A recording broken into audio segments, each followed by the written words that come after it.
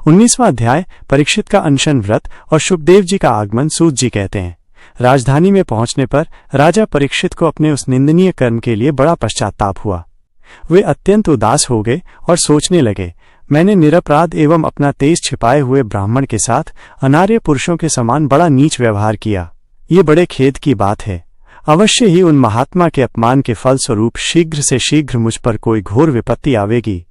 मैं भी ऐसा ही चाहता हूं, क्योंकि उससे मेरे पाप का प्रायश्चित हो जाएगा और फिर कभी मैं ऐसा काम करने का दुस्साहस नहीं करूंगा। ब्राह्मणों की क्रोधाग्नि आज ही मेरे राज्य, सेना और भरे पूरे खजाने को जलाकर खाक कर दे, जिससे फिर कभी मुझ दुष्ट की ब्राह्मण, देवता और गौओं के प्रति ऐसी पाप बुद्धि न हो।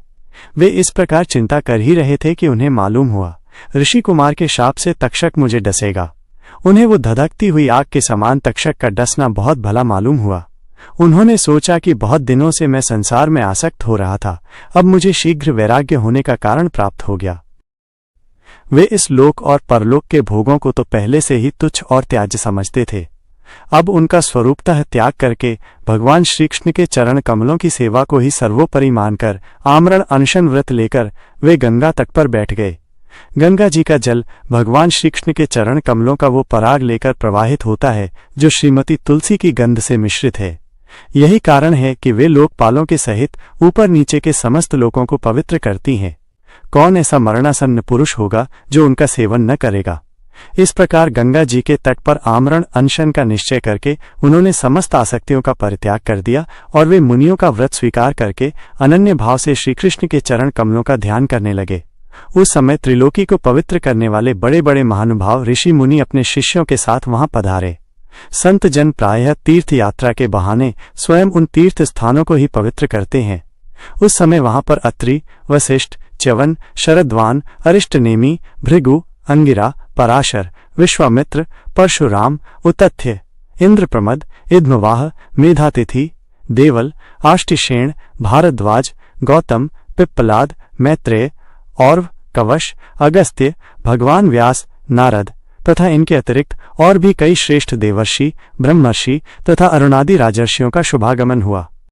इस प्रकार विभिन्न गोत्रों के मुख्य मुख्य ऋषियों को एकत्र देखकर राजा ने सबका यथा योग्य सत्कार किया और उनके चरणों पर सिर रखकर वंदना की।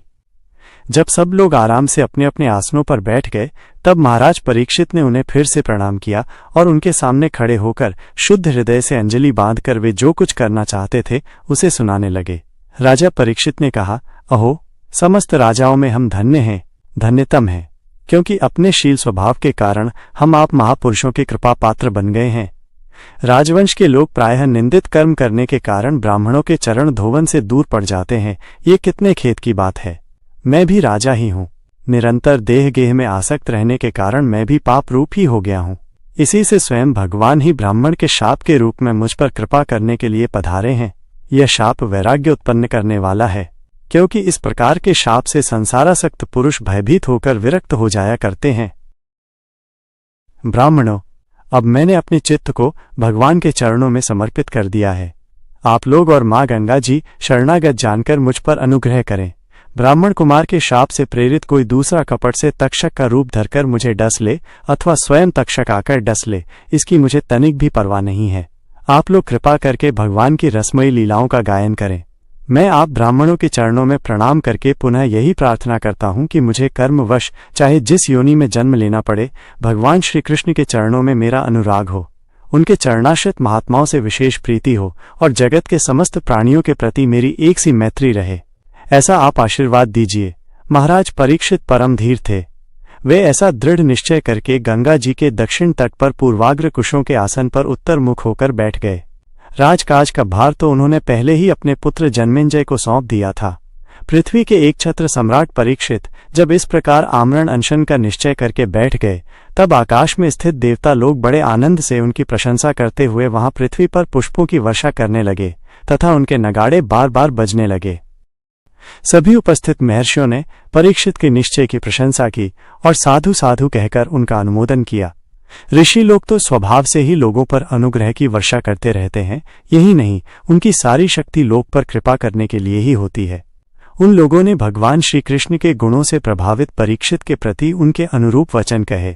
राजर्षि शिरोमणे, भगवान श्री कृष्ण के सेवक और अनुयायी आप पांडुवंशियों के लिए ये कोई आश्चर्य की बात नहीं है, क्योंकि आप लोगों ने भगवान की सन्निधि प्राप्त करने की आकांक्षा से उस राज सिंहासन का एक क्षण में ही परित्याग कर दिया जिसकी सेवा बड़े बड़े राजा अपने मुकुटों से करते थे।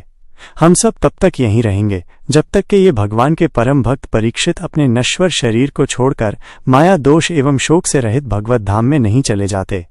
ऋषियों के ये वचन बड़े ही मधुर, गंभीर, सत्य और समता से युक्त थे। उन्हें सुनकर राजा परीक्षित ने उन योग युक्त मुनियों का अभिनंदन किया और भगवान के मनोहर चरित्र सुनने की इच्छा से ऋषियों से प्रार्थना की, महात्माओं, आप सभी सब ओर से यहाँ पधारे हैं। आप सत्य लोक में रहने वाले मूर्तिमान वेदों के समान हैं। आप लोगों का दूसरों पर अनुग्रह करने के अतिरिक्त जो आपका सहज स्वभाव ही है, इस लोक या परलोक में और कोई स्वार्थ नहीं है। विप्रवरों, आप लोगों पर पूर्ण विश्वास करके मैं अपने कर्तव्य के संबंध में ये पूछने योग्य प्रश्न करता हूँ। आप सभी विद्वान परस्पर विचार करके बतलाइए कि सबके लिए सब अवस्थाओं में और विशेष करके थोड़े ही समय में मरने वाले पुरुषों के लिए अंतःकरण और शरीर से करने योग्य विशुद्ध कर्म कौन सा है। विशेष इस जगह राजा ने ब्राह्मणों से 2 प्रश्न किए हैं। पहला प्रश्न ये है कि जीव को सदा सर्वदा क्या करना चाहिए, और दूसरा ये कि जो थोड़े ही समय में मरने वाले हैं उनका क्या कर्तव्य है। ये ही 2 प्रश्न उन्होंने श्री सुखदेव जी से भी किए तथा क्रमशः इन्हीं दोनों प्रश्नों का उत्तर द्वितीय स्कंध से लेकर 12 पर्यंत श्री सुखदेव जी ने दिया है। उसी समय पृथ्वी पर स्वेच्छा से विचरण करते हुए किसी की कोई अपेक्षा न रखने वाले व्यासनंदन भगवान श्री सुखदेव जी महाराज वहां प्रकट हो गए। वे वर्ण अथवा आश्रम के बाह्य चिन्हों से रहित एवं आत्मानुभूति से संतुष्ट थे। बच्चों और स्त्रियों ने उन्हें घेर रखा था। उनका वेश अवधूत का था। 16 वर्ष की अवस्था थी। चरण, हाथ, जंघा, भुजाएं, कंधे, कपोल और अन्य सब अंग अत्यंत सुकुमार थे। नेत्र बड़े बड़े और मनोहर थे। नासिका कुछ ऊंची थी। कान बराबर थे। सुंदर भौहें थी। इनसे मुख बड़ा ही शोभायमान हो रहा था। गला तो मानो सुंदर शंख ही था। हंसली ढकी हुई, छाती चौड़ी और उभरी हुई, नाभि भंवर के समान गहरी तथा उदर बड़ा ही सुंदर त्रिवली से युक्त था। लंबी लंबी भुजाएं थी। मुख पर घुंघराले बाल बिखरे हुए थे। इस दिगंबर वेश में वे श्रेष्ठ देवता के समान तेजस्वी जान पड़ते थे। श्याम रंग था। चित्त को चुराने वाली भरी जवानी थी। वे शरीर की छटा और मधुर मुस्कान से स्त्रियों को सदा ही मनोहर जान पड़ते थे। यद्यपि उन्होंने अपने तेज को छिपा रखा था, फिर भी उनके लक्षण जानने वाले मुनियों ने उन्हें पहचान लिया और वे सबके सब अपने अपने आसन छोड़कर उनके सम्मान के लिए उठ खड़े हुए। राजा परीक्षित ने अतिथि स्वरूप से पधारे हुए श्री सुखदेव जी को सिर झुकाकर प्रणाम किया और उनकी पूजा की। उनके स्वरूप को न जानने वाले बच्चे और स्त्रियां उनकी ये महिमा देखकर वहां से लौट गए। सबके द्वारा सम्मानित होकर श्री सुखदेव जी श्रेष्ठ आसन पर विराजमान हुए। ग्रह, नक्षत्र और तारों से घिरे हुए चंद्रमा के समान ब्रह्मर्षि, देवर्षि और राजर्षियों के समूह से आवृत श्री सुखदेव जी अत्यंत शोभायमान हुए। वास्तव में वे महात्माओं के भी आदरणीय थे। जब प्रखर बुद्धि श्री सुखदेव जी शांत भाव से बैठ गए, तब भगवान के परम भक्त परीक्षित ने उनके समीप आकर और चरणों पर सिर रखकर प्रणाम किया। फिर खड़े होकर हाथ जोड़कर नमस्कार किया। उसके पश्चात बड़ी मधुर वाणी से उनसे ये पूछा। परीक्षित ने कहा, ब्रह्मस्वरूप भगवान, आज हम बड़भागी हुए, क्योंकि अपराधी क्षत्रिय होने पर भी हमें संत समागम का अधिकारी समझा गया। आज कृपा पूर्वक अतिथि स्वरूप से पधारकर आपने हमें तीर्थ के तुल्य पवित्र बना दिया। आप जैसे महात्माओं के स्मरण मात्र से ही गृहस्थों के घर तत्काल पवित्र हो जाते हैं। फिर दर्शन, स्पर्श, पाद प्रक्षालन और आसन दानादि का सुअवसर मिलने पर तो कहना ही क्या है। महायोगिन, जैसे भगवान विष्णु के सामने दैत्य लोग नहीं ठहरते, वैसे ही आपकी सन्निधि से बड़े बड़े पाप भी तुरंत नष्ट हो जाते हैं। अवश्य ही पांडवों के सुहृद भगवान श्री कृष्ण मुझ पर अत्यंत प्रसन्न हैं। उन्होंने अपने फुफेरे भाइयों की प्रसन्नता के लिए उन्हीं के कुल में उत्पन्न हुए मेरे साथ भी अपनेपन का व्यवहार किया है। भगवान श्री कृष्ण की कृपा न होती तो आप सरीखे एकांत वनवासी, अव्यक्त गति, परम सिद्ध पुरुष स्वयं पधारकर इस मृत्यु के समय हम जैसे प्राकृत मनुष्यों को क्यों दर्शन देते। आप योगियों के परम गुरु हैं, इसलिए मैं आपसे परम सिद्धि के स्वरूप और साधन के संबंध में प्रश्न कर रहा हूँ। जो पुरुष सर्वथा मरणासन्न है, उसको क्या करना चाहिए भगवान? साथ ही ये भी बतलाइए कि मनुष्य मात्र को क्या करना चाहिए। वे किसका श्रवण, किसका जप, किसका स्मरण और किसका भजन करें तथा किसका त्याग करें। भगवत स्वरूप मुनिवर, आपका दर्शन अत्यंत दुर्लभ है, क्योंकि जितनी देर एक गाय दूही जाती है गृहस्थों के घर पर, उतनी देर भी तो आप नहीं ठहरते। सूत जी कहते हैं, जब राजा ने बड़ी ही मधुर वाणी में इस प्रकार संभाषण एवं प्रश्न किए, तब समस्त धर्मों के मर्मज्ञ व्यासनंदन भगवान श्री शुकदेव जी उनका उत्तर देने लगे। इति प्रथम स्कंद समाप्त। हरिः ओम तत्सत।